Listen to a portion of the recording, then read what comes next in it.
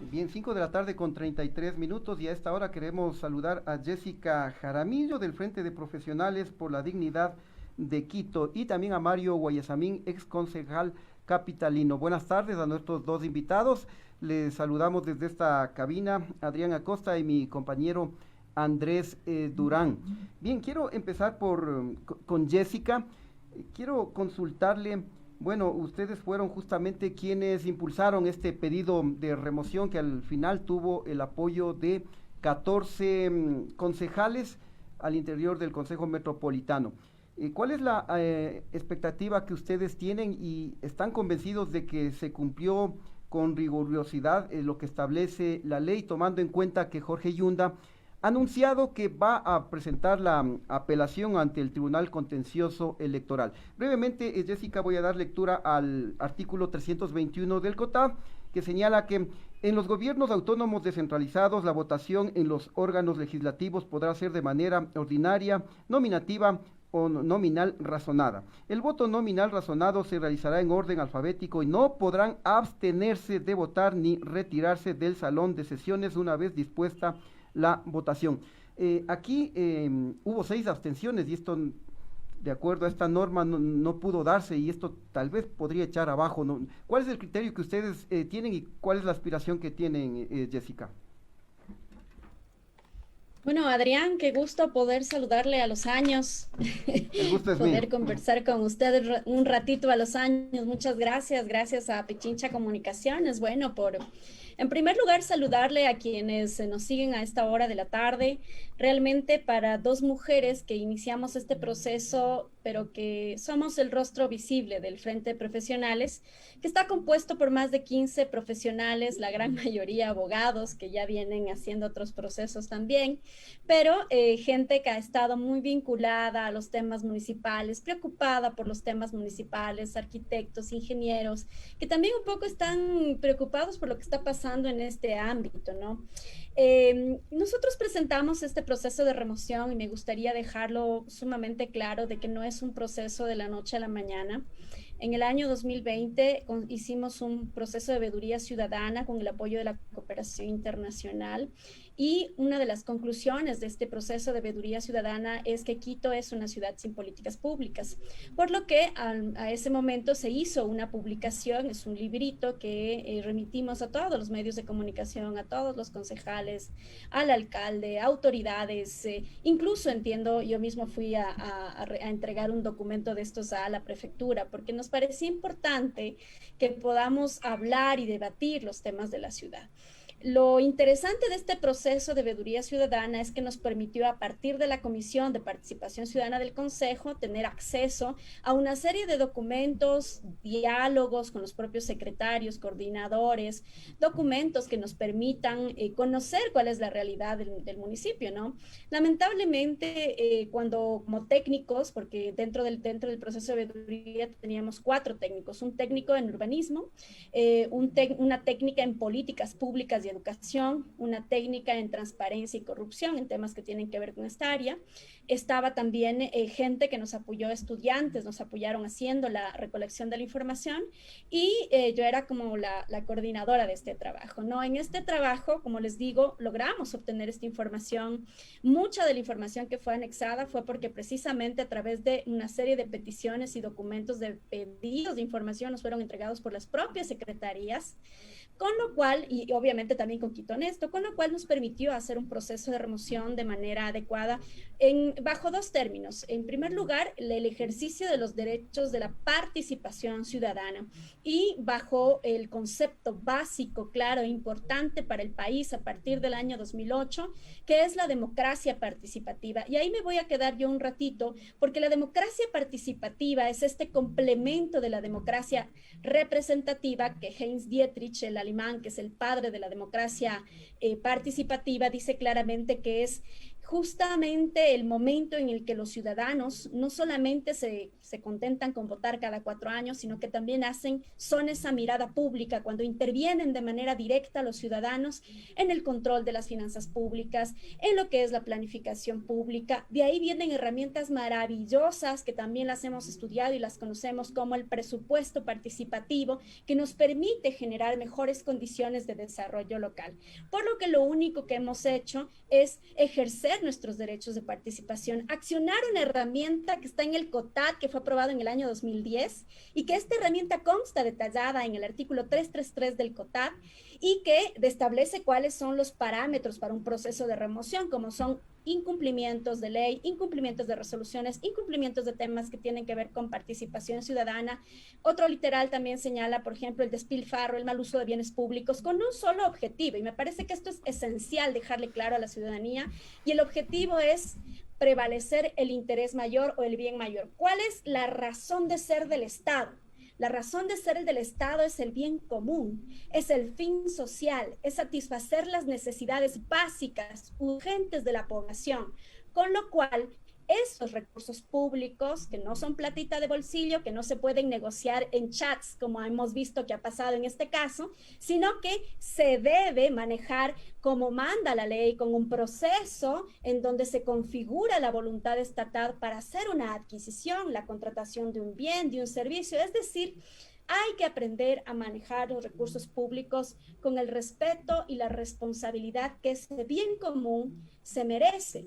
Por lo tanto, ¿no es cierto? Lo único que hemos hecho, insisto, es precautelar el interés general, el interés público, y ejercer nuestros derechos de participación ciudadana, que han sido realmente uno de los más importantes derechos a partir de la Constitución del año 2008. Perfecto, muchas gracias a Jessica. Quiero pasar entonces con Mario Guayasamín. Él fue concejal del Distrito Metropolitano de Quito. Y la pregunta creo que es un poco de sentido común frente a esta maquinaria de lodo que se ha activado en grandes medios de comunicación, de asociar a Yunda con el correísmo, de calificarlo, de adjetivarlo, de ver su condición, cito textual, de longo, más no los hechos tácitos y fehacientes. Y quiero retomar un poco esta discusión, o más que nada centrarme en este doble rasero que existe en nuestra sociedad ecuatoriana y en algunos entes gubernamentales y no gubernamentales también. José Rubén Terán Naranjo confesó haber pagado sobornos de Odebrecht y fue condenado en 2017. Su testimonio, que reposa en fiscalía, advierte, o dijo en ese momento, que él fue el intermediario entre la empresa brasileña y el municipio de Quito. Este caso quedó en la absoluta impunidad, después fue sobreseído y también ocupó la Secretaría de Seguridad del Distrito Metropolitano de Quito. Pero de esto no se hacen eco los grandes medios de comunicación ni tampoco organizaciones de la sociedad civil. Entonces yo, Mario, le pregunto, porque me preocupa y preocupa a muchas personas, el doble rasero que hoy existe en la política ecuatoriana. Bienvenido, buenas tardes, le saluda Andrés Durán, me acompaña el doctor Acosta. Andrés, muchas gracias. Adrián, muchas gracias por la invitación. A Jessica también un saludo en esta tarde. Sí, yo coincido mucho con el tema de cómo equilibrar o contrastar cómo se juzga a una y a otra persona. Pero yo quisiera hacer en este sentido, tratar de manejar cierto nivel de imparcialidad, independientemente de lo que tenga que investigarse o de lo que haya sucedido en la administración de Jorge Yunda. Sí tenemos que ser absolutamente claros para partir de un análisis. En el proceso de remoción, y es algo que demuestra que no hay un equilibrio en el tratamiento de estos temas, el alcalde Mauricio Rodas también se fue sometido a un proceso de remoción. El alcalde Mauricio Rodas fue sometido a un proceso de remoción por pedido del colectivo Diablo Uma y además tramitado por acción jurídica. ¿Pero fue remoción o revocatoria del mandato? No, fue remoción. Ya. Ahí, o sea, tampoco se visibilizaron estas cosas de Mauricio Rodas, que no está en el consciente colectivo el proceso de remoción que, auspiciado por Diablo Uma, y por acción jurídica se diluyó en la comisión de mesa. Y a mí me parece, independientemente de cuán sustentado sea el proceso de remoción actual, el proceso de remoción estaba básicamente... Sí, no sé de cuál de los dos invitados proviene el audio. Sí, Por favor, había Mario. un audio ya. Perfecto. Entonces, a lo que yo me quiero referir es que el proceso de remoción de Mauricio Rodas estuvo sustentado por desacato a orden de juez competente. Y la comisión de mesa en determinado momento que iba a tomar una decisión, resolvió entre una tarde y en una mañana, y ahí ustedes tienen que averiguar quiénes estuvieron también en esa comisión de mesa, decidieron básicamente no acoger y no dar trámite a ese pedido. No pedido de revocatoria, pedido de remoción. Y que por el voto de los concejales finalmente no prosperó. Aparte de ello, no hubo quórum, y también pregunten cuáles fueron los concejales que dejaron sin quórum a la posibilidad de tratar este informe de la comisión de mesa.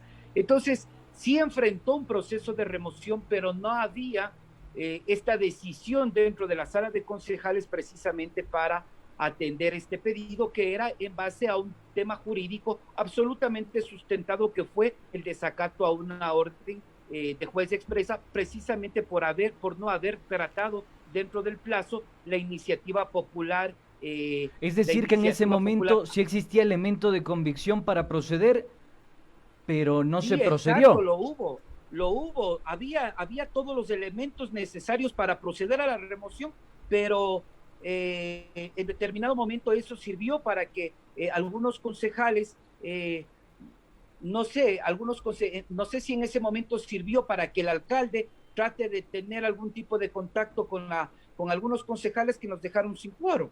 Entonces, eso sí sucedió, pero el segundo elemento es que muchas cosas de Mauricio Rodas no se visibilizaron. Uno, este proceso de remoción. Dos, los procesos autoritarios dentro de la administración. La esposa de Mauricio Rodas manejó cerca de $3 millones como patronato en un replanteo del presupuesto a septiembre, y la entonces administradora general Samia Peñerrera le pidió cuentas, y en un correo electrónico la esposa de Mauricio Rodas le dijo que no tenía por qué ella darle cuentas de ese dinero. En la alcaldía de Mauricio Rodas hubo 6 personas muertas y tampoco hubo ningún pronunciamiento. En la alcaldía de Mauricio Rodas se compró de manera irregular un helicóptero cuando la Secretaría de Seguridad estuvo también integrada por uno de quien es ahora concejal del Distrito Metropolitano. Un día se quedó sin agua Quito por un problema en un deslizamiento en Escombrera del Troje. Lo recordamos. Cuando hubo anteriormente ya algunos informes alertando de estas novedades. Es decir, aparte de este pedido de remoción que tenía los fundamentos de derecho para procederlo, aparte de eso hubo 1001 razones para que el señor Rodas sea removido, pero como él tuvo esa habilidad, entre comillas, de trabajar con la pauta del municipio, $20 millones en publicidad que fueron repartidos, así como también se repartieron reconocimientos en cartones a los periodistas y se tomaban las fotos, entonces no visibilizaron. Yo con esto, ojo, y quiero terminar, no voy en contra de este pedido que planteó la Unión de Profesionales de Quito. A mí me parece muy bien y parece también, de alguna manera me agrada el hecho de que haya funcionado la última reforma que hicimos conjuntamente con Daniela Chacón, Susana Castañeda y quien les habla, que fuimos los proponentes de la ordenanza 102 que reformó una caduca ordenanza de participación ciudadana. No me voy en contra del colectivo y ellos tienen sus razones y lo han ejercido de una manera adecuada, Lo que sí observo es que yo he visto que ahora un exalcalde, el alcalde Paco Moncayo, se solaza diciendo que él fue el que propuso la ordenanza de participación ciudadana, y eso no es cierto, porque esa ordenanza se debió cambiar por caduca, por inaplicable y a ratos por inconstitucional. La ordenanza 102, que estos 3 concejales citados aprobamos en el periodo anterior, lograron el tema de los presupuestos participativos, la forma y la conformación democrática de la Asamblea Nacional, que fue parte de esta solicitud de remoción, así como también el establecimiento de los plazos y condiciones para la convocatoria de estos organismos colegiados. Muy bien, hicimos Mario. nosotros entre 3 concejales esa ordenanza, pero ahora otros se aprovechan específicamente de la creación. Y con esto yo termino. No me voy en contra, insisto, de este proceso de remoción presentado desde la ciudadanía, pero sí hay que analizar qué dejaron de hacer los medios de comunicación frente a la desastrosa administración de Mauricio Rodas, que fue tan parecida como la administración de los Bucarán en el municipio de Guayaquil. Muy bien, Mario, quiero retomar este diálogo con Jessica. Quiero pedirle un comentario justamente de lo que comenta Mario. Esa diferencia. En la alcaldía de Mauricio Rodas fue evidente que no hubo obra en la ciudad. También hubo algunas denuncias, incluso de supuestas irregularidades con Odebrecht. Incluso hubo un informe de Contraloría por 1.500 millones de dólares en la construcción del nuevo aeropuerto. Pero en ese entonces yo no recuerdo que hayan surgido colectivos, ni tampoco recuerdo que los medios de comunicación hayan cuestionado a Mauricio Rodas, justamente porque lo que señalaba Mario, la alcaldía en ese momento, en esos 4 años, destinó 20 millones de dólares para la pauta publicitaria. ¿Cuándo se creó este Frente de Profesionales por la Dignidad de Quito, Jessica? ¿Y por qué en la alcaldía anterior no hubo estos pronunciamientos como se lo ha hecho ahora?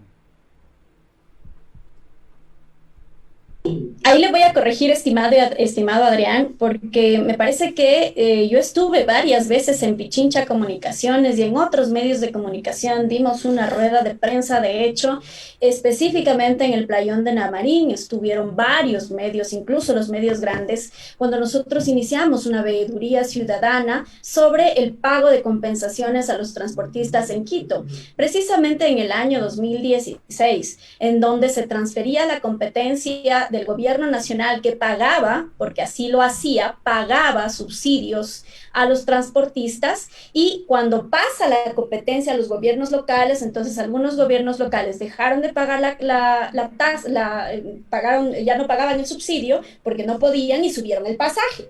En cambio, en Quito se arregló, ¿no es cierto?, este tema de una resolución C013, si es que mal no recuerdo, en donde en esta resolución se planteaba el pago de las compensaciones a los señores transportistas por cumplir 8 parámetros. Bueno, eso nunca se cumplió, los 8 parámetros, porque el transporte público en Quito sigue siendo de pésima calidad, es un transporte privatizado por un sector que está acostumbrado en algunos casos, no todos, porque hay cooperativas que no entraron en este proceso de compensación, que no les pagaban ni un centavo. Le doy un ejemplo, por ejemplo, la Cooperativa Nacional nunca recibió en algunos casos la compensación, pero habían otras cooperativas que sí recibían esta compensación, con lo cual, ¿no es cierto?, nosotros hacíamos una permanente veeduría, y este informe final que hicimos está en Contraloría General del Estado, y en la Contraloría es en donde tiene que obviamente accionarse el proceso respecto de recursos públicos. Pero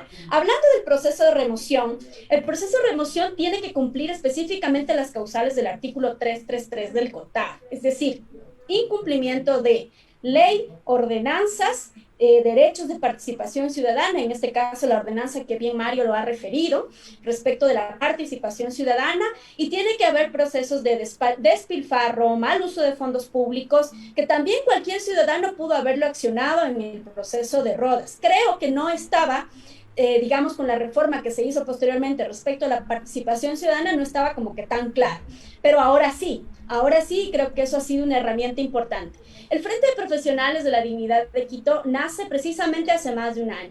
en donde empezamos, como bien lo había yo explicado, en el proceso de veeduría ciudadana, un poco involucrándonos en esta tarea de revisar, investigar, ampliar, tener una idea de cómo está funcionando la administración municipal. Gestionamos a través de la fundación que yo presido un proyecto que se denomina Más Democracia en Tiempos de Emergencia, con el apoyo de la cooperación internacional. Y lo ejecutamos en 3 alcaldías, en la alcaldía de Cuenca, del Puyo y en la alcaldía de Quito. Entonces, no es la única alcaldía, sí, ¿no? Perdón que le interrumpa, sí, muy bien por esa aclaración. Usted ha señalado que también hicieron ciertos cuestionamientos en la alcaldía de Mauricio Rodas y me parece eso lo correcto. Una precisión nada más. Pero en el caso del alcalde actual, Jorge Yunda, yo le he visto a usted que le han otorgado entrevistas en todos los medios de comunicación y en reiteradas ocasiones, y no recuerdo haberle visto en entrevistas durante la alcaldía de Mauricio Rodas. ¿Es así, me confirma? No, usted tiene que buscar en Teleamazonas, me hacía entrevistas cada rato, tendría que revisarlo de todas maneras. Pero como le manifestaba, este es un proceso ciudadano, este es un proceso profesional, con gente que conoce la temática, ejecutado con gente que conoce la temática de municipalidad, y yo misma que he estado muy vinculada a los temas metropolitanos, municipales, no hoy, sino siempre. He sido asesora incluso de gobiernos locales y también asesora en temas, consultora en temas, por ejemplo, de seguridad ciudadana, prevención de violencia, que es lo que manejo muchísimo y por eso trabajamos precisamente en la Fundación contra la Violencia. Sin embargo, yo sí quiero decir algo que me parece indispensable. Yo creo que aquí hay un uso manipulador del discurso de que porque soy cholito me votan. Perdóneme, nunca antes esta administración municipal o el municipio ha tenido ni alcalde con grisete, ha tenido concejales con grisete, pero no ha tenido ni alcalde con grisete, ni ha tenido los escándalos de toda una familia evidenciados en un chat. Y a veces esas cositas no se pueden defender, perdóneme, cuando uno es honesto, correcto en la vida, puede pasar lo que sea. No, es posible que una familia, como se evidencia en esos chats, haya habilidad ulterior en este medio de comunicación. La remoción de Yunda no fue por corrupción ni el grisete, sino por una simple, inconfesable razón, por cholo. Eso al menos es lo que le dicen a él, sus seguidores y los correístas que criaron el monstruo. Esto es lo que escribió un periodista, Roberto Aguilar se llama, de Diario El Expreso. ¿Y sabe qué más? Hay otro dato perturbador, realmente perturbador. 220 reportajes se difundieron en el medio de comunicación Teleamazonas, acusándolo y judicializándolo al señor Yunda. Yo no lo estoy defendiendo, pero sí me parece que hay una desmesura en el poder mediático y no se analiza las cosas con objetividad. En ese sentido, quiero preguntarle a usted, Mario, ¿coincide con el argumento? ¿Cómo entender la operación mediática y cómo entender también esta objetividad que, claro, tiene asidero ir en contra de un alcalde que no ha cumplido con su programa de gobierno? Hay que diferenciar esos dos elementos. ¿Qué nos puede decir? Muchas gracias. Yo creo que siempre hay que establecer 2 líneas específicas en lo que tiene que ver con este clasismo que puede existir dentro de las élites. No hay que desconocer también que regularmente el manejo mediático influye de manera determinante específicamente en uno u otro tema. Yo voy a retroceder mucho más atrás de las administraciones, y ha habido escándalos desde la época de Gustavo Ordoiza, cuando desmanteló una radio municipal para poner su propia radio. O sea, no nos podemos enmarcar en una época, en un momento precisamente para establecer este tipo de condicionamientos o decir que el municipio de Quito siempre ha sido un dechado de virtudes. Jamás. No hay que dejar de justipreciar lo que han hecho buenos alcaldes, pero tampoco podemos cerrar los ojos. Tenemos el caso, por ejemplo, de que un centro comercial funciona ahora donde fue un terreno municipal de la empresa eléctrica Quito, y que luego fue entregado o vendido a la empresa pública, a la empresa privada, y que dentro de ese momento tampoco nada sucedió. Un estadio también. Luego tenemos la aparición de un sistema de de gobierno local como fue Vida para Quito, donde se tramitaban las obras prácticamente deslegitimando lo que era la acción municipal. Y lo que pasó en el caso de Mauricio Rodas, 1.600 cupos fueron entregados de manera abierta, de manera alegre, cuando no se podía incrementar de manera irregular. Los polígonos para el tema de la construcción de edificios en Quito fueron alterados desde la Secretaría de Territorio y ahora fue, o en su momento fue motivo del tema de una acción penal. Entonces, yo creo que sí debemos bajar un poco las tensiones y enfriar un poco la cabeza al momento de hablar del municipio de Quito. Siempre queremos establecer de manera mediática qué es lo terrible. Yo con eso no quiero decir ni justificar a ningún alcalde en su momento, ni menos este proceso, ni deslegitimar ningún proceso de participación ciudadana. Eso que quede absolutamente claro, pero sí hay que establecer que en determinado momento, la prensa y la difusión de estos casos de manera mediática sí ha inclinado la balanza, se ha decantado en determinado momento la opinión pública alrededor de lo que hace o deja de hacer un alcalde. Perdón, Mario. Y lo que tenemos con Mauricio Rodas es absolutamente evidente. Yo quiero decirles una cosa. Perdón, Mario, que el te señor interrumpa. Alcalde, todo el mundo lo sabía. Mario. Llegaba borracho a las. Sí, Mario, hemos justamente hace unos instantes exhibido ese video al que tú haces referencia de ese bochornoso episodio de No.